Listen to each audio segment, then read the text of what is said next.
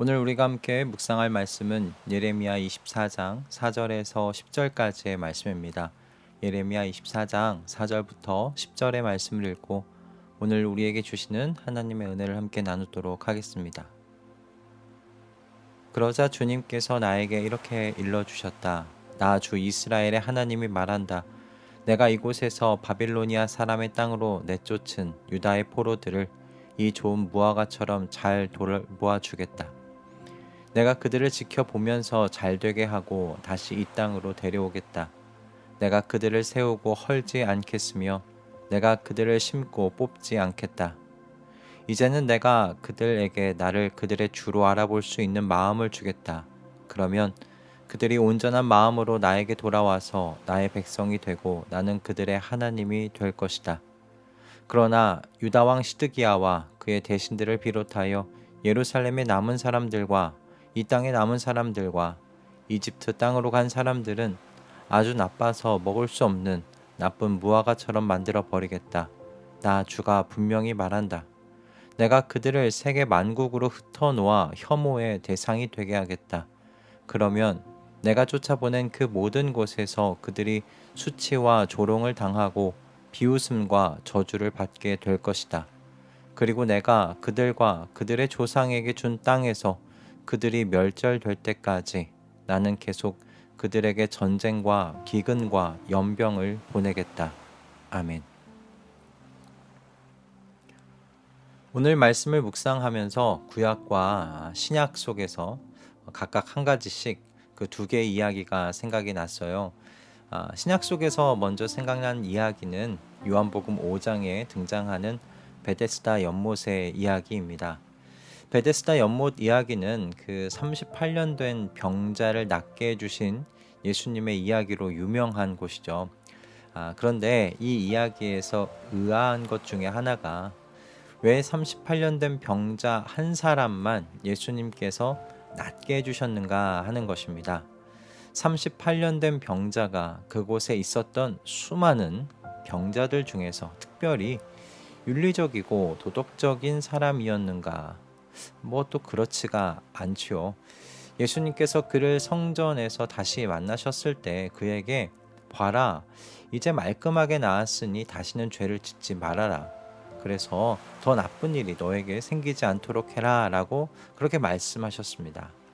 예수님의 말씀을 듣고 이 남자가 얻었던 병이 죄로 인한 것이다 라고 우리가 충분히 생각할 여지가 있는데 뭐 또 이런 이유가 아니더라도 이 남자가 자기를 낫게 해주신 분이 예수라고 또 유대 사람들에게 가서 말하는 것을 보면 이 남자가 그리 생각이 깊은 인물로 보이지는 않습니다. 다시 말해 38년 된 병자였던 이 남자가 베데스다 연못에서 예수님의 은혜를 입을 만한 특별한 이유가 없었다는 것이죠. 오직 하나님의 아들이신 이 예수님의 전적인 은혜의 선택이셨다라는 것 외에는 이 이야기를 읽은 우리가 생각할 수 있는 것은 없을 듯 합니다. 이 이야기에 이어서 구약의 이야기는 그 약속의 땅으로 들어가기 앞서 모압 평야에 모인 이스라엘에게 마지막으로 하나님의 말씀을 전했던 신명기 속의 이야기입니다. 신명기 속에서 모세는 가나안 땅에 들어가서 우상을 만들지도 그리고 섬기지도 말라고 이스라엘 백성들에게 신신당부를 하는데요. 그 이유가 무엇이냐? 이스라엘은 하나님께서 자신의 보배로 선택한 거룩한 백성이기 때문이라는 거예요. 그런데 하나님께서 이렇게 이스라엘을 세상 가운데 하나님의 보배로 선택하신 특별한 이유, 그거 없다고 모세가 이야기합니다. 오히려 이스라엘은 보배라는 그 모습에서 거리가 먼 백성이었어요. 그들은 다른 민족들보다 더 수가 많지도 않았습니다. 오히려 모든 민족 가운데 가장 적은 민족이 이스라엘이었다라고 모세가 이야기를 합니다. 볼품없는 민족, 그것이 이스라엘이었다는 거예요. 그럼에도 불구하고 하나님께서 이스라엘을요 사랑하기로 선택하셨고, 그래서 이스라엘을 이집트 바로 왕에게서 건져내시고 종살이 하던 집에서 이끌어내신 것이다 라고 신명기 7장 1절에서 11절의 말씀을 통해서 모세가 이야기를 전합니다. 이렇게 구약과 신약의 이 두 이야기의 공통점은요, 하나님께서 은혜 베풀 자에게 은혜를 베푸시는 주권을 가지고 계시다는 점이었습니다. 여러분, 이스라엘이 선택될 이유가 없었잖아요. 이스라엘은 모든 민족들보다 작은 민족이었습니다. 볼품없는 민족이었습니다. 그저 그러한 민족이었습니다. 그런데 그 수많은 민족 속에서 그저 하나님의 기쁘시고 은혜로운 선택 속에 하나님의 사랑을 받는 민족으로 그렇게 하나님께 선택되었을 따름입니다. 베데스다 연못에 38년 된 병자도 마찬가지죠. 하나님의 전적인 은혜였고요, 하나님의 주권이셨습니다. 이제 오늘 본문으로 돌아오면 이 신약과 구약의 두 이야기 속에 공통점이 오늘 본문에서도 여러분 보이실 겁니다. 하나님께서 보내진 자와 남겨진 자들 중에요, 바벨론 포로로 보내진 자, 바벨론 포로로 잡혀간 사람들을 오히려 보살피시고 그들을 통해 회복하실 거라는 오늘 본문의 약속이 주어집니다. 포로로 잡혀간 사람들이 그럼 예루살렘과 유다에 남겨진 사람들보다 더 윤리적이거나 도덕적인 사람들이었는가? 그렇지 않습니다. 그런 사람들이 아니었어요. 좋은 무화과라는 그 말이 그들이 더 나은 사람들이라는 것을 의미하지 않습니다. 똑같은 사람들이었고 이들이 바벨론으로 포로로 잡혀간 거 그들의 의지로 간 것이 아니었습니다. 어쩔 수 없이 간 것이었습니다. 그러니 이들에게 약속되고 있는 보살핌과 회복, 하나님을 주로 알아보는 이 변화된 마음, 이 모두가 어디에서 비롯된 겁니까? 하나님의 은혜이고요, 하나님에게서 비롯된 겁니다. 하나님께서 모든 것의 유일한 근원이심을 오늘 이 말씀을 통해서 우리는 생각할 수 있어요. 하나님께서 은혜의 근원지이시고요, 하나님께서 회복의 근원지이시고요, 하나님께서 기쁨의 근원지이십니다. 하나님께서 모든 것의 근원이시고 시작이시다라는 것을 우리는 오늘 본문을 통해서 함께 고백할 수가 있습니다. 태초에 하나님이 천지를 창조하시니라. 성경은 이 말씀을 통해서 우리에게 하나님께서 모든 존재하는 것의 창조주라고 가르치고 있습니다. 그런데 이 말씀은 다른 한편으로는 하나님께서 존재하는 모든 것의 시작이시고 근원이시다라는 그 선언이기도 합니다.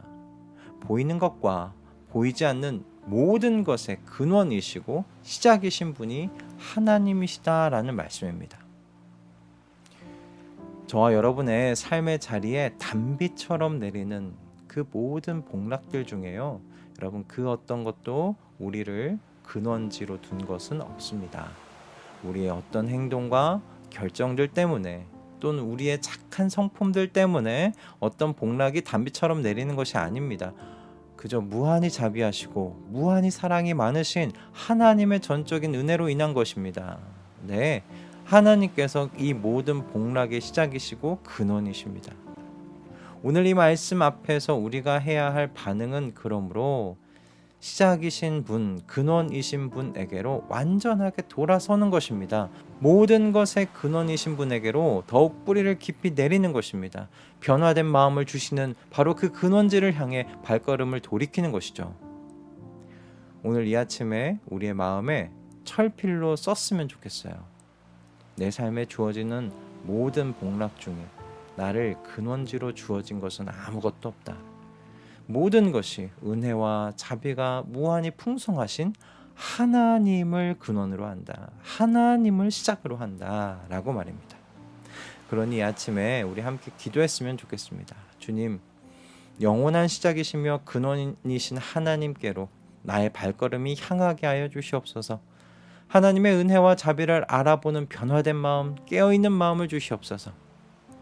이렇게 기도하시면서 은혜 주시기를 시작하신 분, 회복을 시작하신 분, 변화된 마음 주시기를 시작하신 분에게, 그 근원에게 발걸음을 향하며 시작하시는 이 하루 되시기를 주님의 이름으로 축복합니다.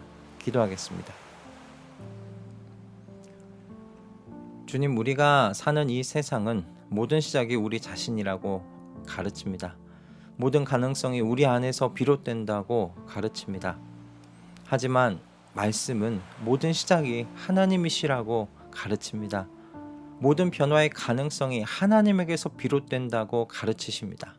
주님, 우리의 발걸음이 그러므로 모든 것의 시작이시오 근원이신 하나님에게로 향할 수 있도록 인도하여 주시옵소서. 하나님을 그들의 주로 알아볼 수 있는 마음을 하나님께서 주신다고 하셨으니 우리의 삶의 발걸음이 주님을 떠날 수 없도록 우리를 근원과 시작이신 분에게 단단하게 동염해 주시옵소서.